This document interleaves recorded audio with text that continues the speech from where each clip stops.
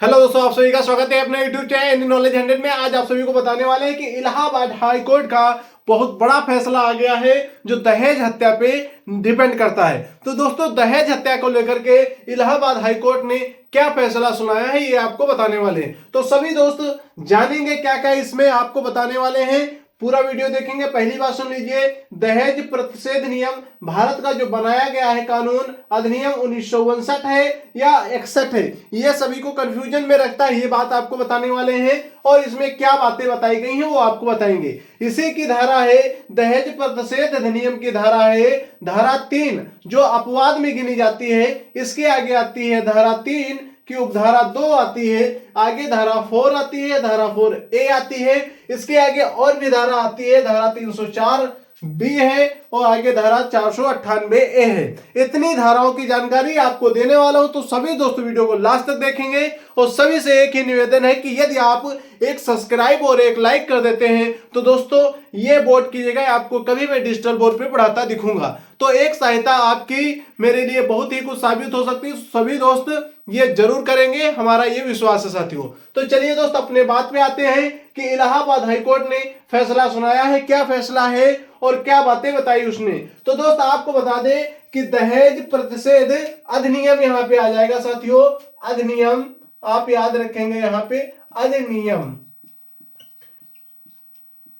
दोस्तों आपको कंफ्यूजन रहता है अधिनियम में कि ये 1961 है कि 1959 है। तो दोस्तों आपको बता दें इसकी सच्चाई क्या है साथियों। तो सच्चाई है इसमें 1959 में ये अधिनियम लाया गया था, पर पास कब हुआ था? 1961 में। इसलिए इस अधिनियम को 1961 माना जाता है जो कि संविधान में लिखा हुआ साथियों, ये आप समझ लीजिए। अब दोस्त बात आती है यहाँ पे कि इसमें लिखी क्या बातें गई हैं। इसमें वो बात लिखी गई है कि यदि कोई लड़का पक्ष, दूल्हा पक्ष हो या फिर दुल्हन पक्ष हो, एक शादी होती है, बारात होती है, उसमें क्या होते हैं? दो पक्ष होते हैं। एक लड़का का पक्ष होता है दूल्हा जिसे बोलते हैं, एक लड़की का पक्ष होता है जिसे दुल्हन बोलते हैं। दोनों पक्षों में यदि कहीं पर भी दहेज शब्द का प्रयोग होता है कि दहेज लेना या देना दोनों गैर कानूनी माने गए साथियों, ये आपको पता होना चाहिए, ज्यादा से ज्यादा जरूरी है। आगे दोस्तों बात आती है कि अपवाद में जो धारा लिखी गई है वो 3 धारा है। तो हमने अपवाद क्यों लिखा है साथियों? क्योंकि यही यहाँ पे जो गैर कानूनी बताया जा रहा है 1961 में, यही क्या इसको आगे बढ़ावा दे रही है।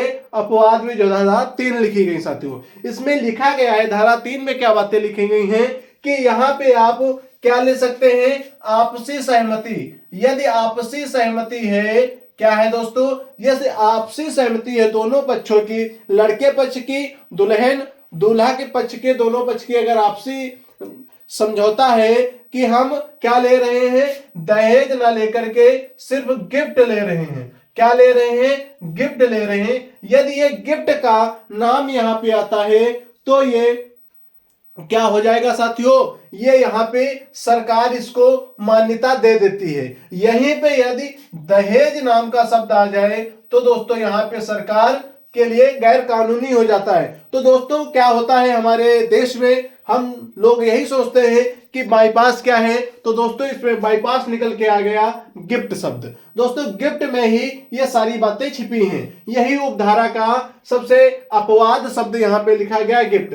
आपसे अगर सहमति है तो आप गिफ्ट के तौर पे कुछ भी ले सकते हो और कुछ भी दे सकते हो शादी बारात में, ये बात निकल के आई। आगे दोस्तों धारा 3 कि उपधारा 2 में क्या बातें लिखी गई हैं, तो आपको पता होगा कि जब दोस्तों ये क्या होता है, जब ये गिफ्ट आप लेते हैं या फिर आप देते हैं, उस समय पे क्या होता है, आपके घर में एक लिस्ट बनाई जाती है कि आपके रिश्तेदार, परिवार में, गांव में किस किसने क्या गिफ्ट किया है हमारी बेटी को या फिर हमारे लड़के को। साथियों वो लिस्ट आप सभी दोस्त बना लेते हैं, किसी के मामा, किसी के फूफा, किसी के चाचा, ये लिस्ट बनाते हुए आपको दिखेंगे बारातों में।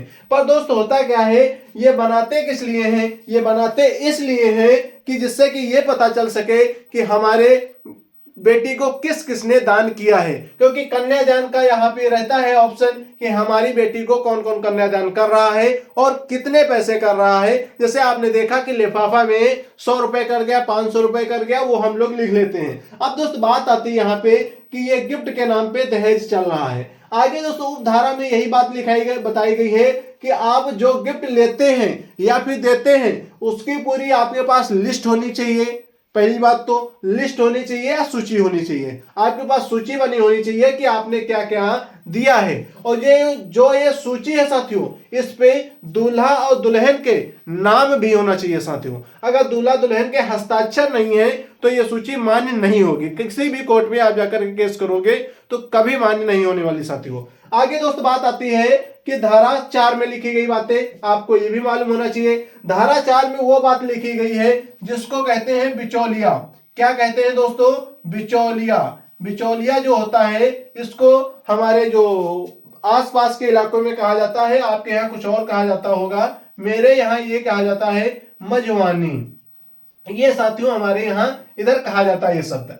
तो बिचौलिए जो होते हैं ये भी रहेंगे सावधान। दोस्त इसी में एक बात और है, ये धारा 3 में बताया गया, ये जो अपवाद के तौर पे आपको बता रहे थे इसी में है, यदि यहाँ पे गिफ्ट का नाम ना लेकर के दहेज का नाम लेते हैं, अगर दहेज किसी को आदान प्रदान किया जाता है दूल्हा दुल्हन के पक्ष में, तो दोस्तों यहाँ पे कितने साल की सजा होगी? तो आपको बता दें 5 वर्ष की यहाँ पे सजा हो सकती है और 15,000 रुपए जुर्माना लगाया जा सकता है, ये आपको पता होना चाहिए। ठीक है दोस्तों, क्या 5,000 रुपए 15,000 जुर्माना लगाया जा सकता है और 5 वर्ष तक जेल हो सकती है यदि आप धारा 3 का पालन नहीं किया, उल्लंघन किया तो। अगर आपने गिफ्ट लिया है आपसी समझौते से तो कोई समस्या नहीं है। यदि आपने दहेज कह के कि मुझे इतना ही पैसा चाहिए, आपसी दोनों पक्ष की सहमति नहीं है, तो दोस्तों उसमें धारा 3 का उल्लंघन है। उल्लंघन होने में 5 वर्ष की जेल हो सकती है, सजा होगी और 15,000 तक जुर्माना लगाया जा सकता है साथियों, ये आप समझ लीजिए। आगे बात आती है दोस्तों, यहाँ पे हम थे धारा 4 पे।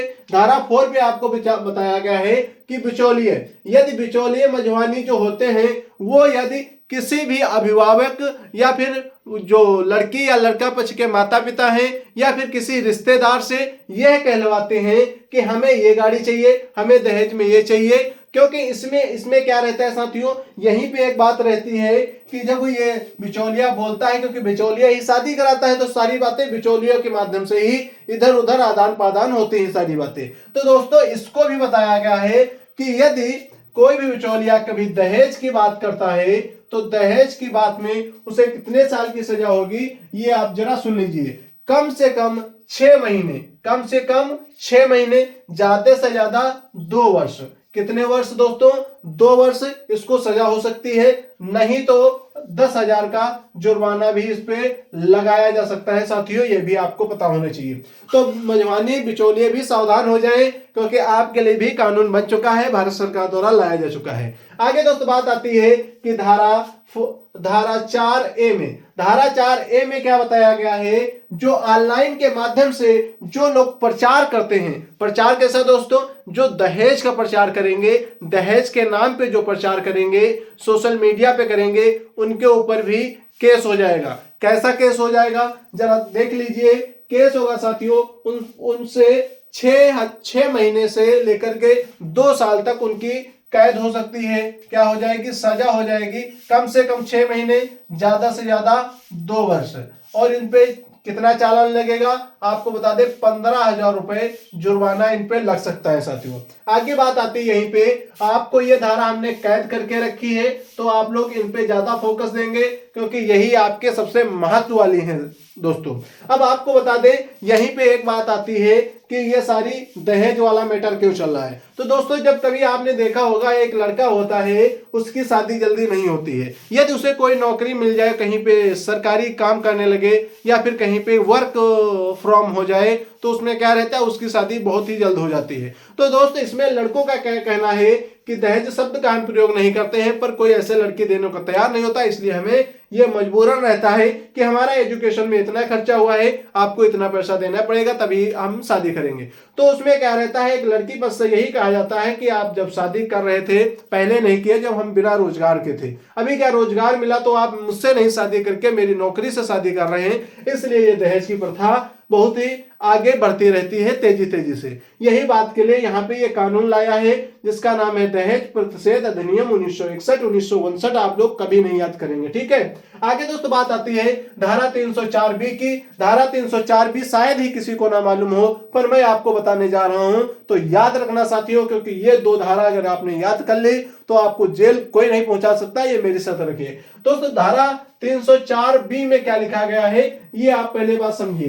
दोस्तों इसमें लिखा है कि 7 वर्ष के अंदर, यदि 7 वर्ष के अंदर, यहां पे क्या लिखा, 7 वर्ष के अंदर यदि वधु की, मतलब कि किसी के बहू की मृत्यु हो जाती है, चाहे आकस्मिक मृत्यु हो या फिर किसी बीमारी के कारण मृत्यु हो या फिर किसी अन्य वजह से मृत्यु हो जाए साथियों, कितने वर्षों में, 7 वर्षों के अंदर, मतलब कि विवाह के 7 वर्षों के अंदर यदि मृत्यु हो जाती है और लड़की पक्ष के रिश्तेदार या परिवारजन आकर के कोई रिपोर्ट लिखवा देते हैं, कैसी रिपोर्ट लिखवाते हैं कि हमारी बेटी या फिर हमारी जो रिश्तेदार थी उसको कैसे मारा गया है, दहेज उत्पीड़न में मारा गया। कैसे, दहेज उत्पीड़न में मारा गया है, हमारी बच्ची को दहेज उत्पीड़न करके मारा गया। यह बात जब यहाँ पे निकल के आती है साथियों, तो यहाँ पे क्या होगी, आपको हो जाएगी सजा। इसका बहुत ही मिसयूज होता है, क्योंकि कभी कभी कोई बीमारी लग जाती है, इस कारण से किसी की वधु या बहू खत्म हो जाती है, तो उस हाल में क्या होता है, तब भी उस पर इल्जाम लगता है। तो साथियों ये एक कैसा केस है, तो आपको पता होना चाहिए, इस पे बहुत ही सावधान तरीके से रहना है। जब भी कोई भी आपकी बहू या जो भी वाइफ हो, उनका ज्यादा ध्यान रखें। अगर आप ध्यान नहीं रख पा रहे हैं, अगर कोई बीमार होती है, तो सारे सर्टिफिकेट अपने पास रखें, जो बीमारी की जांच है वो भी आप रखें, ये आपके लिए फायदेमंद रहने वाला है। इसके आगे दोस्त बात आती है कि यहीं पे यदि आप इसका नहीं पालन कर पाते हैं, तो याद रखिए आप इस 420 में आपको 7 वर्ष की जेल होगी। कितने वर्ष की, 7 वर्ष की जेल हो जाएगी साथियों। इसी के बाद में आता है 498।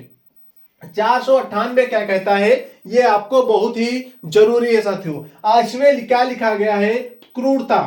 यदि आप वधु के साथ में क्रूरता से पेश आते हैं, मतलब कि जो आपकी बहू, वाइफ जो भी है आपकी, अगर उसके साथ में क्रूरता से पेश आते हैं, तो आप ये याद रखिए, यदि उसे थप्पड़ मार देते हैं, आप उसको गाली दे देते हैं, तब ये जाकर के यदि आपके ऊपर रिपोर्ट कर देती है, तो आपको 3 वर्ष की सजा हो सकती है, आप 3 वर्ष तक जेल काट सकते हैं। तो इस पे ज्यादा ध्यान रखिए। पता चला कि अपने हाथ से 2 थप्पड़ मार लिए किसी की वाइफ ने या बहू ने, और जाकर के थाने में खड़ी हो गई, आपको लिखवा दिया और आप नप गए 3 साल के लिए। ये याद रखिए साथियों कि आपको 3 साल नपना नहीं है, आपको बहुत ही सावधानी पूर्वक सारे कार्यों को करना है। याद रखिए साथियों, अगर आपको जानकारी अच्छी लगी हो तो लाइक करें, चैनल को सब्सक्राइब कर दीजिए, क्योंकि एक आपका सब्सक्राइब मेरे लिए बहुत ही फायदेमंद रहता है। तो साथियों सब्सक्राइब जरूर करें, और जितने भी कानून बताए आप सभी दोस्तों को, वो कानूनों को ज्यादा से ज्यादा गौर करें। और 2 कानून ही आपको जैसे ही हमने बॉक्स में बंद कर रखे हैं, ऐसे ही अपने दिमाग में बंद कर लीजिए इन कानूनों को, जिससे कि आपको कभी कोई समस्या ना हो साथियों। तो आपको ये क्लास अच्छी लगी तो लाइक एंड सब्सक्राइब जरूर करिएगा दोस्तों, अपने दोस्तों के पास साझा करिएगा, जिससे कि उनको भी ये जानकारी प्राप्त हो सके। जो दोस्त नई शादी करने वाले या नई शादी कर रहे हैं या फिर कभी भविष्य में करेंगे, तो उनके लिए जानकारी ज्यादा जरूरी है। यदि आपकी अभी रिलेशनशिप या शादी के 7 साल नहीं हुए हैं, तो आपके लिए यह कानून बहुत ही महत्वपूर्ण रखता है। 304B धारा दहेज प्रतिषेध अधिनियम 1961 की ये धाराएं सारी हैं, तो सभी दोस्तों को ये धाराएं याद होनी चाहिए। चलिए दोस्त, नेक्स्ट क्लास में मिलते हैं। जय हिंद, जय भारत। पढ़ते रहिए, आगे बढ़ते रहिए। जो लोग नहीं पढ़ते हैं उनको भी ये कानून की जानकारी होनी चाहिए। तो सभी दोस्त, चाहे पढ़ते हैं ना पढ़ता हूं, सभी के पास ये शेयर करना है, आपकी जिम्मेदारी और मेरी जिम्मेदारी। आपको कानून की जानकारी देना है, तो सभी दोस्त बने रहिएगा, अच्छे से पढ़ते रहिएगा।